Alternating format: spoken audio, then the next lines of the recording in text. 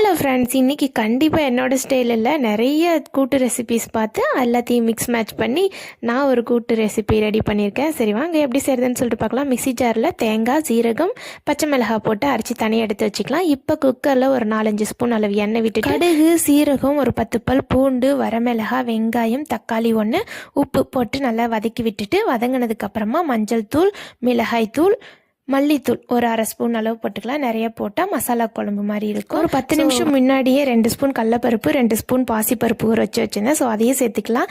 So கூட்டு செய்கிறோன்னு சொன்னோம், ஆனால் என்ன கூட்டுன்னு சொல்லலை, சாரி, சௌச்சௌ கூட்டு தாங்க.